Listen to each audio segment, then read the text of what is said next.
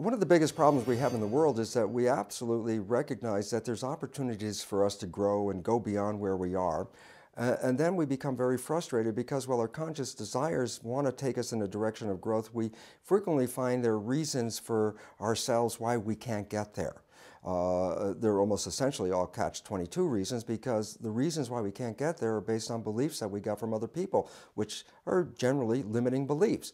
And yet we have this really firm desire because we see other people growing and we see that there are ways that people can get there, and we want to get there ourselves. So frequently then what do we look for? We start looking for people that can give us insights to how to get there. So now we have gurus all over the place that are, everybody's appealing to us. Look, I can see that you've got change. I want change. And we have to remember, your wishes and your wants and your desires are your conscious mind. So you take your conscious mind to the program. You observe all the stories. You hear something like The Secret, and you think, oh my God, that's exactly the piece that I need to fill up my whole life. I'm going to do all this stuff. Or this person's got this diet, and that's the one that's going to work for me. And we go to seek these people so that they can give us the insight of how they do it.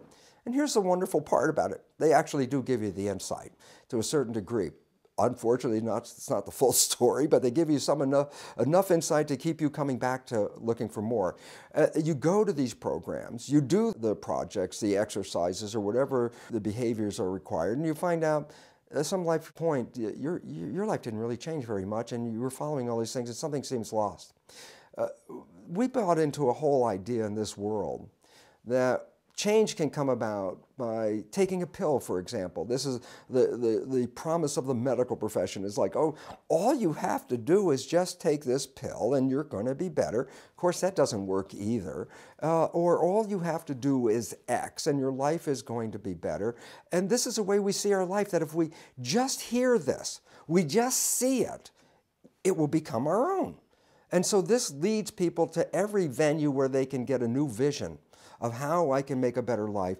And how come, no matter how many places they go, they still end up with the same lives they have? And the answer really comes down to the very simple truth is this. You went out of desire of your conscious mind, but you're still living your life with your subconscious mind. I can tell you very personally, my relationship with this, and it comes back to the early days when I first understood the nature of the new biology of how our perceptions and attitudes change our genetics and change the physiology of our body and our behavior. I was so excited by the intellectual understanding that if I could stop people long enough, I would sit them down and say, listen, I got to tell you about this new biology. It's the greatest thing, because if you understand it, you can create this most wonderful life.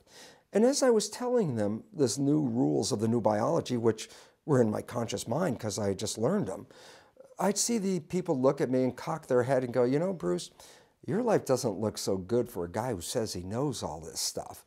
And at some point, it really dawned on me, he said, my God, I have all this information and my life is still the same old life. And I realized the problem. And the problem was this.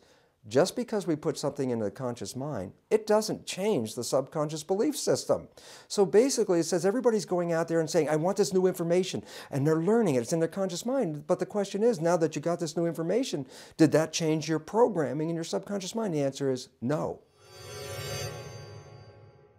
The hardest part for change for most people is, when do you make these changes? How do you know when it's time to do something? The answer is unfortunately very obvious, but not for generally the person who needs the change. There's a belief behind the person that needs change to look at the world through their old programming with the idea is, well, it just didn't happen this time, but if I do it again next time, I'll have a better chance. So it's like, it's a probability. If I keep repeating the same thing, one of these days that number is going to come up and I'm going to be successful. That's gambling. You might as well just throw your number down on a roulette table and just keep throwing on the same number. Maybe one of those days it will show up. It's always a possibility.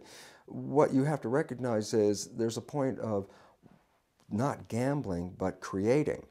And creating says, I am taking an active part in this process and not waiting for all the cards of fate to line up and then make it happen for me. So those that take the world in their own hands recognize at some point the same behavior they've been doing and repeating their lives doesn't work. And there's a reality that has to dawn on them that says, to get a different answer, I have to change the behavior.